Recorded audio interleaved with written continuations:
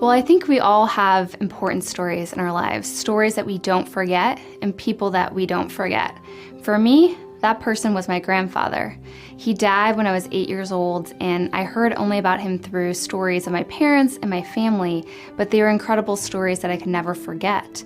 And so for that reason, I thought this would be a great story to tell. He saw something that most people didn't, and that was the silver lining. I was always impressed that he could do that. Well, in an instant, his life changed. When he lost his leg, he went from having 2 legs and then not having one. I often wonder what went through his head at that moment when he lost his leg. Did he think, could I ride a bike again? Could I never walk again? What were the thoughts running through his head? And I think it's in these moments, these darkest moments, that really define us, because we have a choice. We have a choice to either feel self-pity, go down and spiral down a dark path, or we can choose to rise up. And my grandfather chose the second. He didn't sit in the hospital and wait for his leg to be made. He went down to the limb shop and actually talked his way into making his own leg. And soon he was making rounds with patients.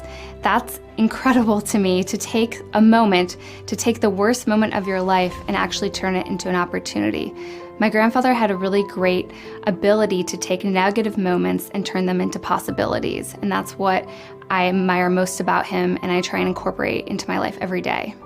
My grandfather wanted to start a business, and he launched 2. He wanted to ski, so he designed outriggers to get down the slopes. He always found a way. His motto was he took advantage of a disadvantage, and he constantly applied that into his life. Just think about it, back in like the 1940s and 50s, when you're skiing, there's no handicap parking, there's no chairlifts, and you see a one-legged skier come down the slope.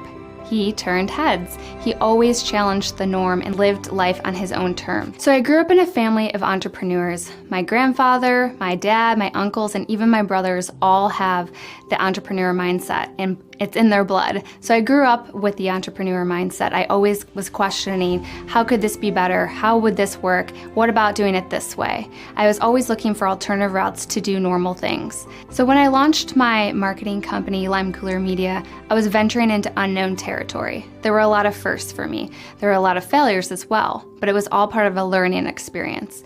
And I often thought of my grandfather, thinking, he started a prosthetic and orthotic business himself from the ground up without knowing what he was doing. And I remember thinking, if he can do it, I can too. There are no directions, there are no guidebooks for becoming an entrepreneur. You just have to venture down that path and hope that all the challenges that come your way, you can tackle them. I think my grandfather inspired me because he always took action. He was a man of always moving and taking steps forward. And I wouldn't be where I am today if I didn't take the same mindset with my business, Leimkuehler Media. His story reminds me that every day there is always a way, there are always possibilities, and you just have to decide to look for them.